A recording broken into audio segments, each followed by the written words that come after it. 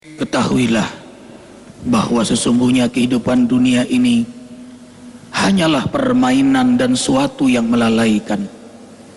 Perhiasan dan bermegah-megah antara kamu serta berbangga-banggaan tentang banyaknya harta dan anak. Seperti hujan yang tanamannya mengagumkan para petani.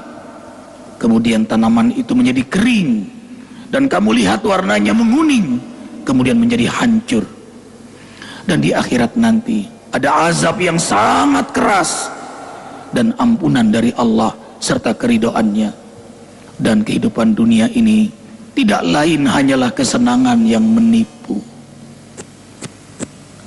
Dan kehidupan dunia ini tidak lain hanyalah kesenangan yang menipu. Dan kehidupan dunia ini tidak lain hanyalah kesenangan yang menipu. Senang tapi menipu. Nasihati kami Ustadz Kuliubi. Bismillahirrahmanirrahim. Assalamualaikum warahmatullahi wabarakatuh. Alhamdulillah, wassalatu wassalamu ala rasulillah wa ala alihi wa sahbihi wa man tabi'ahu wa walah. Wala hawla wala quwata illa billahil aliyyil azim. Amma ba'du. Asatizatul kiram, ikhwanil a'izza, wabil khusus guru kita Al-Ustadz Haji Muhammad Arifin Ilham, mudah-mudahan beliau sehat selalu, tambahkan keberkahannya oleh Allah Subhanahu wa ta'ala. Pemirsa Cahaya Hati Antv rahimakumullah, sama-sama kita sudah mendengarkan ayat yang dibacakan oleh qari kita tadi. I'lamu annamal hayatud dunya la'ibun. Ketahuilah sesungguhnya kehidupan dunia ini adalah sebuah permainan. Ada yang menjadi peran menjadi orang kaya, pejabat, orang susah, rakyat jelata, pemimpin. Itu semuanya permainan yang diatur skenario-nya oleh Allah Subhanahu wa ta'ala. Bukan secara kebetulan, diatur oleh Allah Subhanahu wa ta'ala. Tapi semuanya setelah menjalankan tugas dan permainan masing-masing, apa yang sudah ditentukan, tsumma innakum ba'da dzalika lamayitun. Ketahuilah kalian, setelah menjalankan peran kalian akan diwafatkan oleh Allah Subhanahu wa ta'ala. Ketika ada orang yang kaya, ia sakit, dia berusaha supaya agar lebih lama lagi hidup di dalam dunia ini. Kemudian dia masuk ke rumah sakit, masuk ICU dengan biaya yang mahal, semua alat sudah dimasukkan dan didaga dengan dokter-dokter yang ahli 24 jam. Namun apa ketika itu? Saatnya sudah sampai, malaikat Israel datang menghampirinya. Wahai orang kaya, permainanmu sebagai orang kaya dalam dunia ini selesai. Wafat, meninggal dunia menghadap Allah Subhanahu wa ta'ala. Ini dunia. Walahun. Dunia, jangan tertipu oleh dunia. Kesenangan dunia semata. Tapi kesenangan yang kita peroleh, kesenangan yang hakiki adalah kesenangan nanti di yaumul akhirat. Dunia yang banyak tertipu manusia olehnya. Sebab apa? Zinatun, dunia ini berhias. Dunia semakin lama semakin cantik, dunia semakin lama semakin indah. Beda dengan kita, semakin lama bukan semakin cantik, bukan semakin lama semakin ganteng, akan tetapi semakin tua. Tapi dunia semakin lama semakin indah. Dan ini yang dikhawatirkan oleh baginda Rasulullah sallallahu alaihi wasallam. Inna akhwafa ma akhafu alaikum ma yuftahu alaikum min zahratid dunya wa zinatiha. Sesungguhnya yang paling aku khawatirkan terhadap kalian, dibukanya kemegahan dunia, kemegahan dunia, bunga-bunga dunia.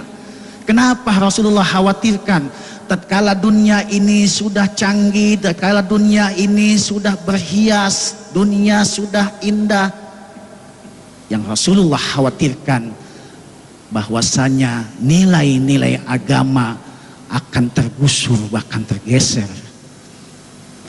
Makanya kehidupan ini dalam dunia jangan tertipu kita dengan kemegahan dunia, bahwa keindahan dunia, kesenangan dunia hanya sesaat.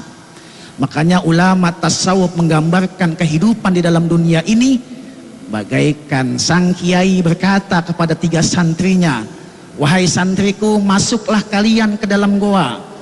Kemudian di dalam goa itu kau cari barang yang berharga, bawa sebanyak-banyaknya."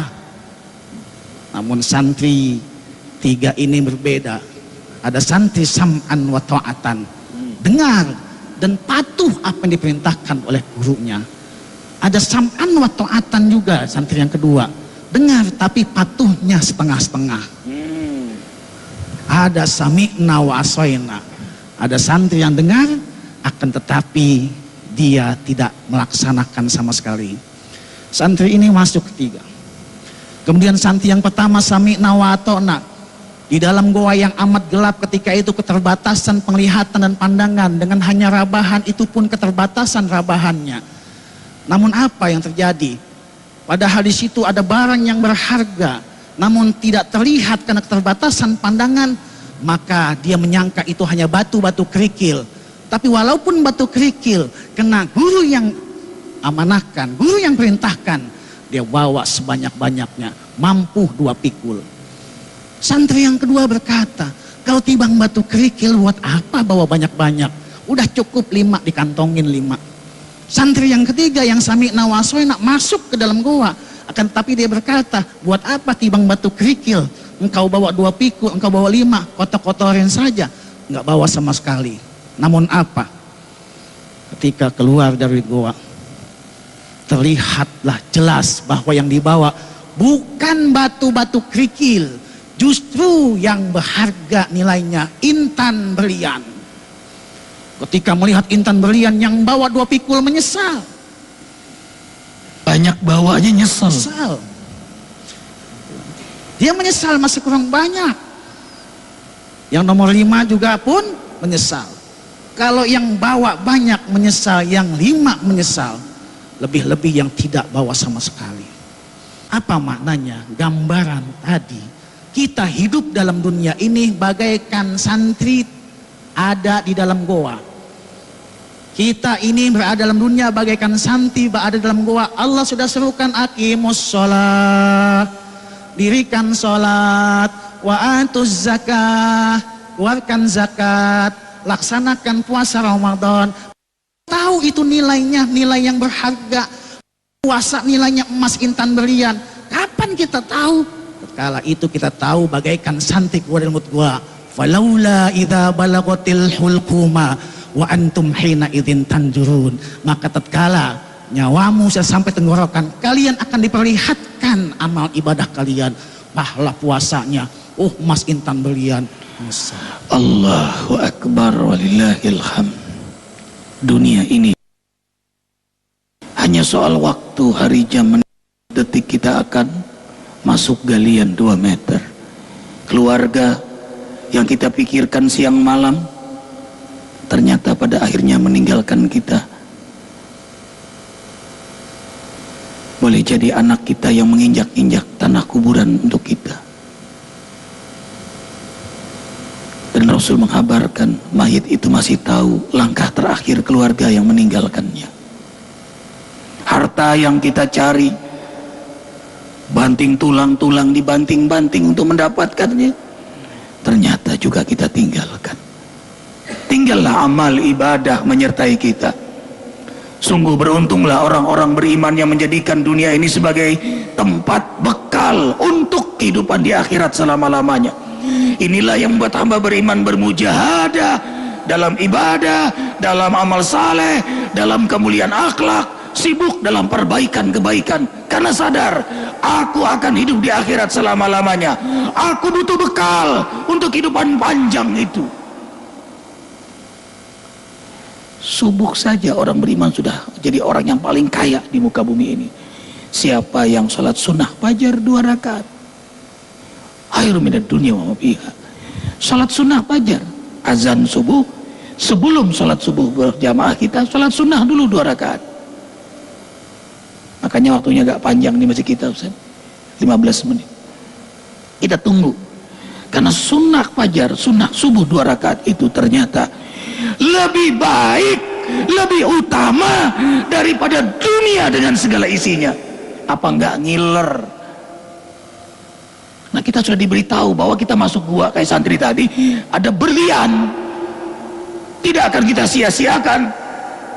Itu baru qobliyah subuhnya, belum salat subuhnya. Allahumma barik ummati li bukuriha. Doa Nabi berulang-ulang 3 kali, dan doa Nabi mustajab sallallahu alaihi wasallam. Berkahi umatku, berkahi umatku, berkahi umatku di waktu fajar. Ya Allah, jagalah iman hati kami, terus menikmati ketaatan di jalan-Mu. Allahumma haqiqna bittaqwa wal istiqamah. Tetapkan hidup kami dalam kelezatan istiqamah dan ketakwaan, ya Allah yang menguasai segala hati dan keadaan. Mohon lindungi kami dari tipu daya dunia ini, ya Allah. Amin. Sayang Ustaz, terbatas waktu. Makanya ikhwah datang dong langsung ke sini ngaji bersama setiap hari. Arifin bersama jamaah kajian Isyraq ini. Karena nilainya haji dan umroh sempurna, lebih ngiler lagi kita. Ikhwah, terima kasih. Amal jariah harus selalu Arifin sampaikan, karena ini tabungan kita di akhirat nanti. Seperti santri tadi, dia akan banyak-banyak melakukan amal untuk bekalnya di akhirat nanti. Hubungi Bang Awaludin 0856 90.010 0856 90.010. Dan kembali majelis zikir kita tanggal 30 Rabiul Akhir atau 2 Maret. Maafkan Arifin, terima kasih Ustadz semua, kafaratul majlis. Subhanakallahumma wa bihamdika asyhadu an la ilaha illa anta astaghfiruka wa atubu ilaik. Wabillahi taufiq wal hidayah. Wassalamualaikum warahmatullahi wabarakatuh. Subhanallah walhamdulillah wala ilaha illallah wallahu akbar. Subhan walhamdulillah wala ilaha illallah wallahu akbar. Subhan, ampuni kami ya Allah, berkahi kami ya Allah.